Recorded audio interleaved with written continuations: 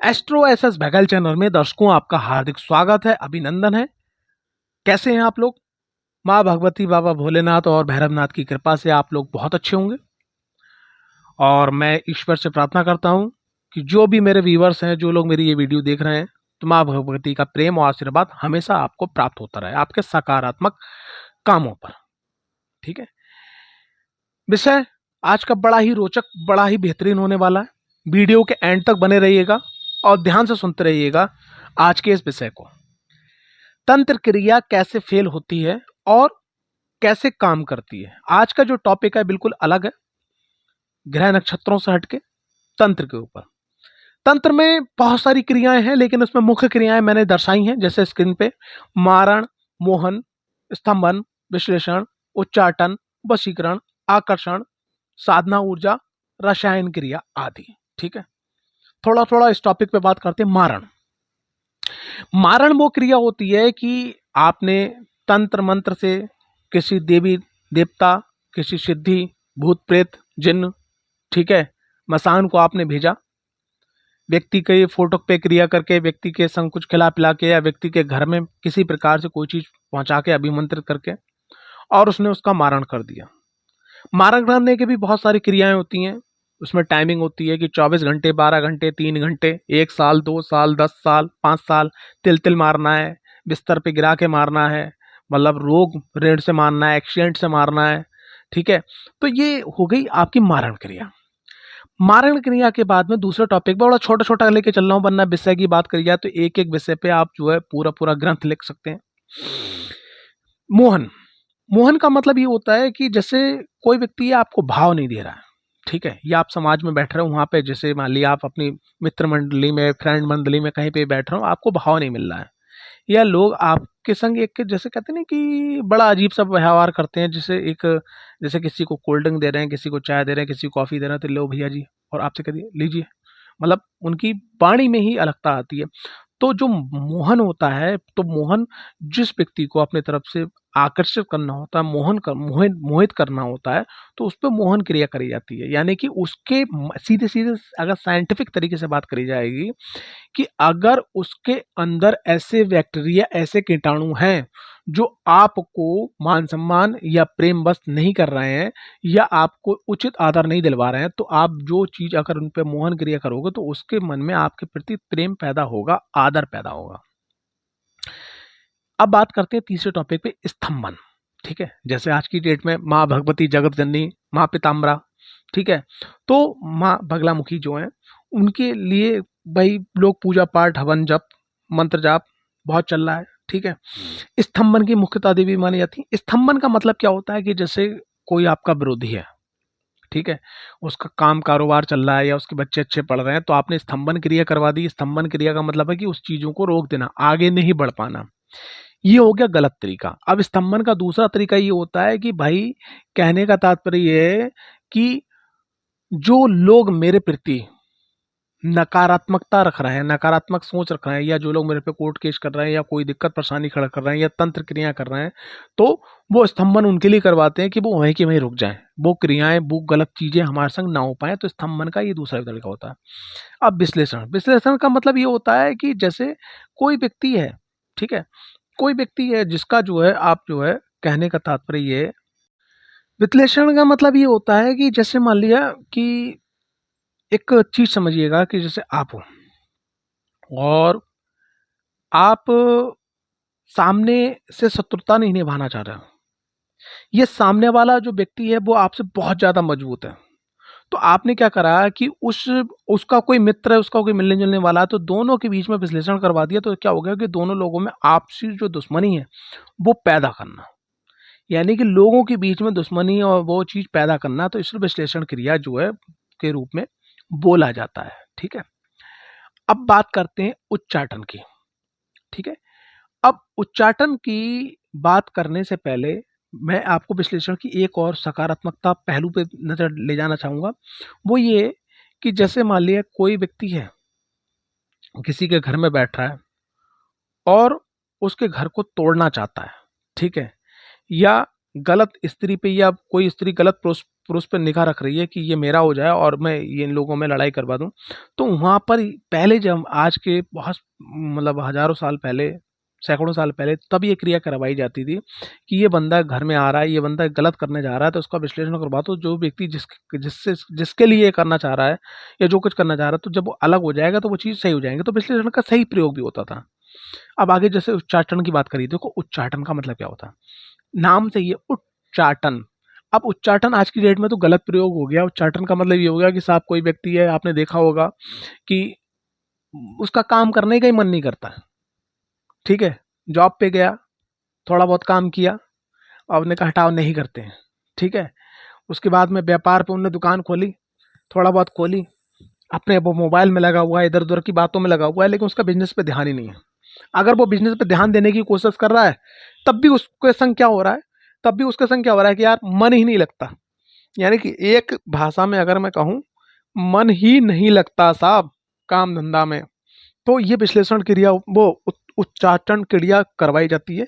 पहले उच्चाटन क्रिया जो है इसलिए प्रयोग होती थी, जैसे कोई व्यक्ति जो है कोठों पे जाने लगा, वैश्य प्रवृत्ति के चक्कर में पड़ गया, या नशे के चक्कर में पड़ गया, या गलत कृत्य के चक्कर में पड़ गया, तो उसके फैमिली के लोग उस पर उच्चाटन क्रिया करवाते थे कि उस चीज से उसका मन जो है बाहर हो जाए, ठीक है। अब बात करते हैं वशीकरण की। देखिए वशीकरण क्या होता था कि पुराने जमाने में वशीकरण ये होता था कि राजा महाराजा लोग करवाते थे कि व्यक्ति जो व्यक्ति ज्ञानी है, या जो व्यक्ति ऐसा है कि जो उनको जो है समय समय पे सपोर्ट दे सकता है, और वो जो है दूसरी पार्टी से भी मिला हुआ है, तो उसके लिए वो वशीकरण करवाते थे कि ये हमारे लिए, राज्य के लिए अच्छा काम करे। अच्छा, दूसरी एक और चीज़ क्या है कि वशीकरण का एक कारण और होता था कि जैसे जो पुराने बुजुर्ग होते थे, तो वो अपने, जो बहुत ज्ञानी बुजुर्ग थे, पुराने बुजुर्ग होते थे, तो वो अपने पुत्र और पुत्री, यानी कि पुत्र की शादी हुई, ठीक है, तो पुत्र और पुत्री दोनों पे वशीकरण करवा देते थे एक दूसरे के प्रति। एक दूसरे के प्रति का मतलब क्या है कि जैसे आज की डेट में आपने बहुत सारे कल्ले सुने होंगे कि भाई शादी हुई, उसकी जो शादी होने के बाद में उसकी बीवी का जो है गलत आचार विचार, गलत रिलेशन, गलत रिश्ता दूसरे के संग है, पति का दूसरे के संग, यानी कि पति पत्नी और वो जो घुसने वाला जो प्रकरण है, तो अब जो पति और पत्नी आपस में ही वशीकरण होंगे, वशीभूत होंगे, तो तीसरा कोई घुस ही नहीं सकता। जब तीसरा घुसेगा नहीं, आराम से खाओ पियो, मेहनत करो, आगे बढ़ो, तो ये चीज होती थी। साथ ही साथ क्या है कि पुराने जमाने में वशीकरण का एक प्रयोग ये होता था कि जो पुराने ज्योतिषाचार्य ये बोलते थे कि भाई ये आपका पुत्र है, आने वाले समय में आपको जो है संकट पहुंचाएगा, कष्ट पहुंचाएगा, तो वहां पर भी वशीकरण क्रिया होती थी। तो इन चीज़ों का सही प्रयोग होता था। लेकिन आज की डेट में क्या है कि भैया ऐसा है कि ये मेरे प्रेम का, ये हमारे बस में हो जाए, ये हमारा प्रेमी, ये हमारे बस में हो जाए, सास ससुर हमारे बस में हो जाए, ये प्रॉपर्टी मेरे नाम कर दें, ये कर दें, वो कर दें। तो आज की डेट में ये सब चीज़ें चल बैठी हैं। आकर्षण, आकर्षण का मतलब ये होता था कि आकर्षण जो है, कहने का तात्पर्य ये है कि ये क्रिया इसलिए करवाई जाती थी कि आपके अंदर आकर्षण पैदा हो, लोग आपकी तरफ खींचे, लोग आपकी बात को माने, ठीक है। और खास करके क्या है कि आज भी ये प्रयोग बहुत चरम सीमा से होता है, लेकिन जो आज के जो हमारे भारत के जो महानायक हैं, चाहे वो बिजनेसमैन हुए, चाहे वो आपके राजनीतिक ये हुए, चाहे वो हमारे अदाकारा हुए, यानी कि अभिनय करने वाले एक्टर हुए, तो वो इन चीज क्रियाओं का कोशिश करते हैं, ठीक है, कि वो हमेशा आकर्षण के केंद्र बने रहें, ठीक। अब बात करते हैं साधना ऊर्जा की।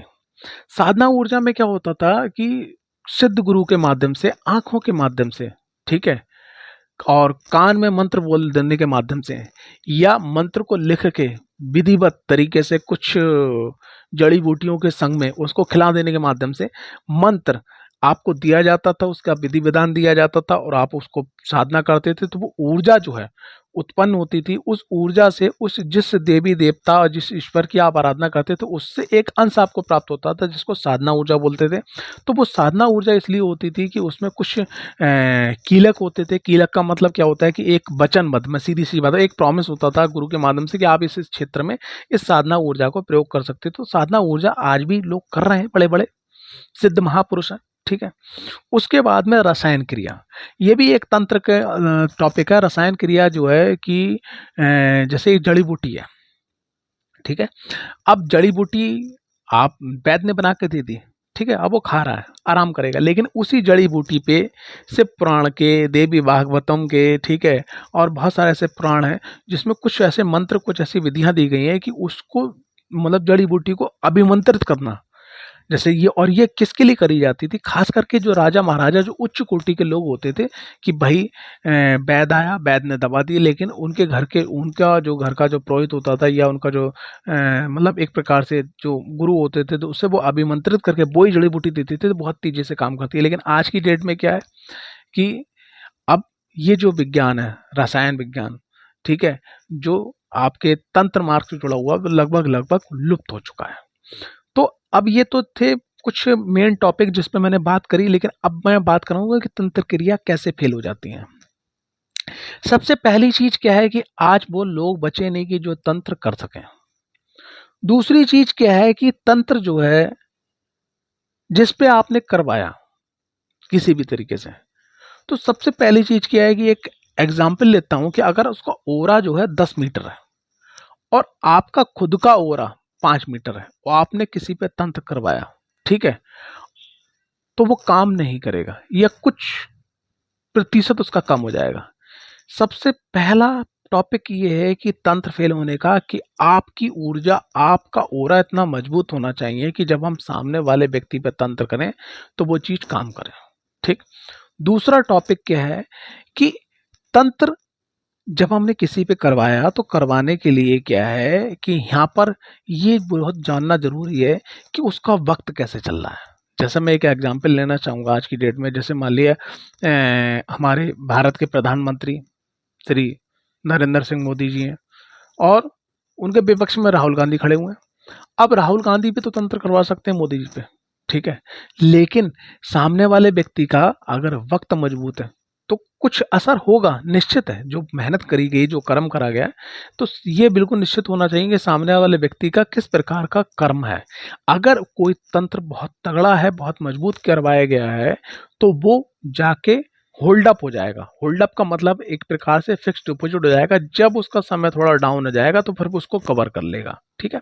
कहते हैं कि अच्छा तू अपनी गली में शेर है, मेरी गली में आ, ठीक है, और वो इंतजार में रहता है जिस दिन तुम गली में अंदर घुसते हो उसी दिन वो आप पे अटैक करता है। तो ये जो तंत्र का फेल होने का ये भी कारण है। साथ ही साथ क्या है कि तंत्र, ठीक है, क्रिया आपने किसी के यहाँ करवाई, अब अगर मान लिया, थोड़ा सा वास्तु की तरफ लेके जाना चाहूंगा, अगर उसके घर का ईशान कोण, ईशान कोण का मतलब क्या, पूरब और उत्तर का कोना, ठीक है, ईस्ट नॉर्थ कॉर्नर बहुत ज्यादा, ठीक है, मजबूत है, ठीक है, अच्छी अवस्था में है, तो तंत्र का प्रभाव बहुत कम हो जाएगा। साथ ही साथ साउथ वेस्ट साफ है, क्लीन है, ठीक है, तो तंत्र का प्रभाव होगा, लेकिन उसके उसके जो पित्र हैं, उसके जो पूर्वज हैं, वो सपोर्ट में आ जाएंगे, ठीक है। उसके बाद में नॉर्थ वेस्ट का जो एरिया है, अगर वो क्लीन है, अच्छा है, वास्तु अकॉर्डिंग है, तो तंत्र क्रिया किसी के माध्यम से आई, लेकिन कोई ना कोई व्यक्ति उसके समाज में, उसके फ्रेंड सर्किल में आके खड़ा हो जाएगा उसको सपोर्ट देने के लिए, भैया यहाँ से जाके ये चीज सही हो जाएगी। यानी कि प्रॉब्लम के संग में तुरंत आपने प्रॉब्लम पैदा करी और वो सामने वाला व्यक्ति जो है आके खड़ा हो गया। लेकिन यहीं पे मैं एक बात बताना चाहूंगा कि अगर तंत्र क्यों फेल होता है, अगर वो व्यक्ति किसी धाम से जुड़ा है, जैसे 12 ज्योतिर्लिंग है और माँ भगवती के 51 शक्तिपीठ है, सिद्धपीठ है, स्वयंभू पीठ है, ठीक है, या किसी कौलाचार्य मार्ग से, दक्षिणाचार्य मार्ग से, ठीक है, और बहुत सारे मार्ग हैं, उनके किसी सिद्ध गुरु से जुड़ा हुआ है, आशीर्वाद है उनका, उनके गुरु और उनका मार्ग बिल्कुल अच्छा है, या उनके घर के पितृ बहुत ज़्यादा मजबूत हैं, उनकी कुल देवी देवता, ग्रामनगर खेड़े देवता, चौक चौराहे वाली माता, ठीक है, उनका बहुत सहयोग कर रही हैं, तो उन वहाँ पर ये जो चीज़ें हैं कार्य नहीं कर पाती हैं, ठीक है। तो तंत्र क्रिया इस प्रकार से फेल होती है। तो अब बात करते हैं कि तंत्र क्रिया काम कैसे करती है, ठीक है। तो ये चीज मैंने आपको जो टॉपिक यहाँ पर दर्शाया है, इस चीज को आप समझ लीजिएगा कि जो मैंने टॉपिक बोला है इसको रिपीट कर करके सुनिएगा कि कहाँ से तंत्र घुस सकता है। उस चीज को हमें क्या करना है, मजबूत टू मजबूत, यानी स्ट्रॉन्ग, बी स्ट्रॉन्ग, बहुत ज़्यादा स्ट्रॉन्ग हमें करना है कि जहाँ से तंत्र घुस ही ना सके। तंत्र काम कैसे करता है? देखिए, आप किसी के घर पे गए और उसने आपको कोई चीज़ खिलाई, ठीक है? आपने उठाया, पी लिया एकदम, तंत्र आपकी बॉडी में घुस सकता है। तो हमें पहला जो है क्या काम करना है कि कोई आपके पास ऐसा मंत्र हो, आप उस मंत्र का उच्चारण करें, अपने देवी देवता को वो हर चीज अर्पित करें। कुछ ना कर पाए उसमें उंगली डाल के, जिसको बोल सकते हैं भगवान श्री कृष्ण जिसमें सुदर्शन पहन मतलब रखते थे, प्रकट होता था जहां सुदर्शन, उस उंगली को डाल के आप छिटक दीजिएगा, ठीक है? जब आप छिटकेंगे तो वो चीज बाहर हो जाएगी, फिर आप उसको खाइएगा, ठीक है? दूसरी चीज, तंत्र कैसे काम करता है? जैसे कि कोई चीज किसी ने आपको परफ्यूम गिफ्ट कर दिया, आपने उसका इस्तेमाल करा, ठीक है? खास करके महिलाएं जो हैं आज की डेट में क्या करती हैं कि जो मार्च के धर्म के समय जो वो पैड कपड़ा या जो भी चीज़ यूज करती हैं उसको उठा के इधर उधर फेंक दिया उनने। फेंकने का मतलब क्या है? वीराने में फेंक दिया या कहीं भी फेंक दिया। मैं उसको ये कहता हूँ कि बांध के उसको आप डस्टबिन में रखिएगा और सीधे कूड़े वाले को दीजिएगा, या अगर ऐसा ना हो सके तो सीधे सीधे आप नाली पे फ्लश कर दीजिएगा, ठीक है? चलते हुए पानी में फ्लश कर दीजिएगा। एकदम उधर उधर उधर मत डालिएगा कि जिससे जो है नेगेटिविटी अट्रैक्ट हो। आप किसी भी मंदिर में जा रहे हैं और खास करके जो लोग ऐसे जगह जाते हैं जहाँ पर लोगों पे सवारियां आती हैं, जैसे कहते हैं देवी देवता या कोई ग्राम नगर देवता, तो वहां पर बाल खुले हुए नहीं होना चाहिए। अगर बाल खुले होंगे तो वहां से नेगेटिविटी जुड़ सकती है, ठीक? साथ ही साथ क्या है कि अपने पूर्वजों को अगर आपने जो है उनका पिंडदान, तर्पण या जो भी क्रियाएं जो होती हैं या उनके नाम से पुण्यदान या कुछ नहीं कर रहे हैं, तो और ढंग से हुआ भी नहीं है, तो आपके जो पित्र हैं वो प्रेत की तरफ चले जाएंगे, तो वहां से भी तंत्र क्रिया आपके संग जुड़ सकती है, क्योंकि वो जो आपके पित्र हैं वो प्रेत बन गया और उन्हीं ने पूरा पमंडल खरीद खींच के आपके घर में ले आए। साथ ही साथ क्या है कि आपका बेड गलत जगह पे पड़ा होना, बेड के सामने मिरर होना, ठीक है? फ्रिज के अंदर आटा के गोले लोग बना के रख देते हैं, मतलब वही बचा हुआ आटा कल मार लेंगे, कल वो कर लेंगे, जिसको पिंड के रूप में माना जाता है शास्त्रों में, तो ये होना, ठीक है? और साथ ही साथ क्या है कि आप आए कहीं से और आने के बाद में आपने पैर और नहीं धोए, सीधे आके बेडरूम पे बैठ गए, आपके घर में गलत मतलब महक आना, ठीक है? साथ ही साथ आपके घर में दीवारों में सीलन होना, और उसके संग संग क्या है कि आपके कुल देवी देवता पितरों का रुष्ट होना, और उसके संग संग एक चीज और भी है कि आपकी कुंडली में भूत प्रेत का योग होना, ठीक है? पितृदोष का होना, काल सर्प दोष का होना, ठीक है? आपकी गलत महादशा चलना, संग संग में अगर शनिदेव महाराज की जो है 7.5 ढैया अगर है, ठीक है, वो होना, तो अगर ये सब चीजें आपके संग जुड़ती हैं तो आप इन चीजों से बाहर नहीं निकल सकते हो, ठीक है? और साथ ही साथ अगर आप कहीं जा रहे हो वीराने में, अगर आपने कहीं गलत जगह पे आपने मल त्याग या मूत्र विसर्जन कर दिया, ठीक है, तो वहां से भी नेगेटिव एनर्जी जुड़ना। किसी भी देवी देवता के लिए आपने गलत शब्दों का उच्चारण कर लेना, ठीक है? किसी के संग में क्या है, यहाँ पर एक और कारण बनता है कि किसी के लिए आपने गलत तंत्र क्रिया या मारण उरण कुछ करवाया, जैसे ही आपने ये तंत्र क्रिया मारण उरण करवाया और उसका देवता उसके पितर मजबूत हुए तो वो बैक कर सकते हैं, उनके गुरु मजबूत हुए वो बैक कर सकते हैं, या उसका ओरा इतना मजबूत हुआ कि वो बैक हो गया। बैक का मतलब क्या है कि हमने कहीं अगर हवा समझ के बॉल फेंकी और वो दीवार निकली तो दीवार से बॉल वापस आएगी, ठीक है? तो ये सब चीजें होती हैं, ठीक है? तंत्र इस प्रकार से काम करता है, तंत्र इस प्रकार से नहीं काम करता है। अगर आप किसी भी तंत्र में फंसे हुए हैं और उससे निकलना बाहर चाहते हैं तो चैनल पे दिए गए नंबर पे आप जरूर संपर्क कर सकते हैं। बड़ा छोटा सा टॉपिक है। अगर तंत्र से संबंधित और कोई भी जानकारी अगर आपको चाहिए तो आप कमेंट्स बॉक्स में जरूर रखिएगा, और माँ भगवती और भैरवनाथ, बाबा भोलेनाथ के आशीर्वाद से, गुरुदेव के आशीर्वाद से आपको समाधान जरूर प्राप्त होगा। जय माता दी, हर हर महादेव। बाबा भैरवनाथ की सदा आप पर कृपा बनी रहे।